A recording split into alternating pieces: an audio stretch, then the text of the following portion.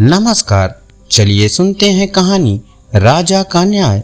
बहुत पुराने समय की बात है। काशी में एक राजा था। वह बहुत ही न्यायप्रिय और प्रजापालक राजा था। उसकी पटरानी थी करुणा देवी। एक बार महारानी करुणा ने अपनी सखी सहेलियों सहित वरुणा स्नान करने की योजना बनाई। माघ का महीना था। जाड़े की ऋतु होने के कारण ठंड बहुत थी। महारानी ने राजा से अपनी मन की बात कही तो राजा ने अपने कर्मचारियों को महारानी के नदी स्नान की सभी तैयारी करने की आज्ञा दे दी। नगर से नदी घाट तक पहरेदारों की व्यवस्था की गई। नदी के घाट के आसपास जितनी भी घास फूस की झोपड़ियां थी सब खाली करा ली गई थी।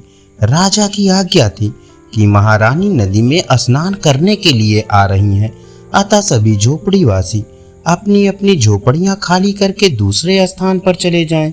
महारानी स्नान करके वापस आ जाएं, तब सब लोग वापस अपनी अपनी झोपड़ियों में लौट आएं। महारानी अपनी दासियों और सखी सहेलियों के साथ नदी तट पर पहुंची। माघ का महीना होने के कारण हवा ठंड थी। ठंडी हवा के झोंकों से नदी के जल में हिलोरें उठ रही थी। सूर्य की पहली पहली लाल लाल किरणों से पानी की सतह झिलमिल झिलमिल कर रही थी। आसपास के पेड़ों पर पक्षी कलरव कर रहे थे। रानी और उसकी सखियां नदी के जल में स्नान करती हुई हंसी मजाक कर रही थी। वातावरण उनकी हंसी की गूंज से भर उठा था।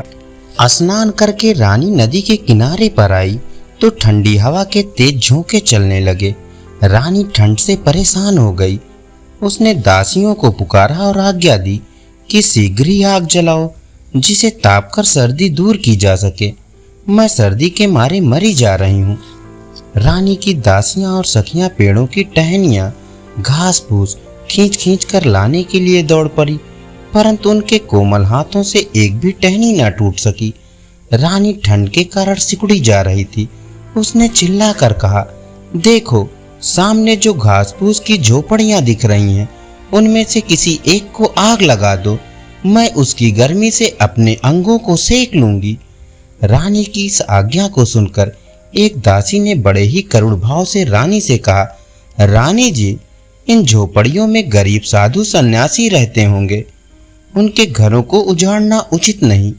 अपने जरा से सुख के लिए दूसरे के जीवन से खेलना ठीक नहीं है। ठंडी हवाओं के झोंकों से कांपती हुई रानी ने उस दासी को धमका कर भगा दिया और अन्य दासी से एक झोपड़ी में आग लगाने को कहा। दासियों ने एक झोपड़ी को आग लगा दी। झोपड़ी धूं धूं करके जलने लगी। लपटें आकाश को छूने लगी। रानी और उसकी सहेलियां खुशी से झूम उठी।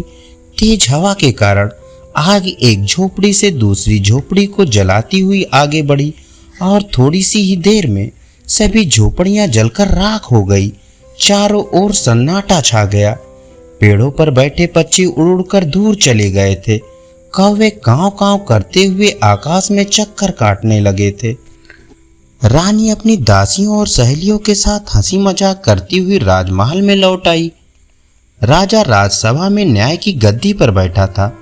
झोपड़ियों के जल जाने के कारण बेघर हुए गरीबों ने राजा के दरबार में न्याय करने की पुकार की। राजा ने सभी की बातें सुनी। अपनी ही रानी द्वारा गरीब जनता के घरों को उजाड़ा जाना राजा को बिल्कुल अच्छा नहीं लगा। वह क्रोध से तिलमिला उठा। क्रोध से भरा हुआ राजा राजमहल में जा पहुंचा। महल में पहुंचकर राजा ने पटरानी को बुलाया और पूछा, महारानी, आपने गरीब प्रजा के घर बार अपने जरा से सुख के लिए जलाकर राख कर दिए। आपने ऐसा किस राजधर्म के अनुसार किया? रानी ने रूठते हुए कहा, इन गंदी टूटी फूटी झोपड़ियों को आप घर बार कहते हैं? इन झोपड़ियों का मूल्य ही क्या है? राजा रानी के मनोरंजन में तो न जाने कितना कितना धन खर्च हो जाता है राजा जी। रानी का उत्तर सुनकर राजा की आंखों में क्रोध उतर आया। राजा ने रानी को गुस्से से देखा तो वह घबरा गई। राजा ने कहा, महारानी जी, जब तक तुम इस राजमहल में रह रही हो तब तक तुम यह नहीं समझ सकती कि गरीब की झोपड़ियां जल जाने पर उनको कितना दुख होता है। चलो आज यह बात तुम्हें अच्छी तरह समझाए देता हूँ। ये कहकर राजा ने एक दासी को बुलाकर आदेश दिया, रानी के सारे जेवर उतार लो। रानी के जितने भी राजसी वस्त्र हैं उन्हें उतार कर उसे एक साधारण धोती और कपड़े पहनने को दे दो। रानी के सभी वस्त्र व अलंकरण उतार लिए गए। साधारण वस्त्र पहनाकर राजा ने उसे अपने साथ आने को कहा।